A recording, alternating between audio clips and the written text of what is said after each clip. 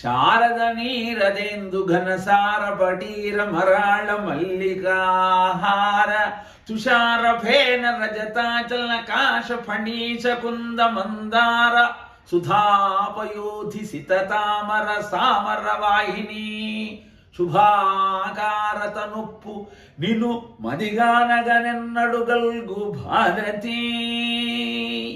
ఈ పద్యంలో శుద్ధము, సత్వము, నిర్మలము, ప్రసన్నము, ధవళము అయిన అద్భుతమైన ఆలోచన విధానం నీ సొంతం కావాలి అంటే అలా విలసిల్లేటువంటి ఆ సరస్వతీదేవి యొక్క స్వరూపాన్ని ధ్యానించాలి అని మనకు తెలియజేస్తున్నాడు పోతనామాచ్యుడు.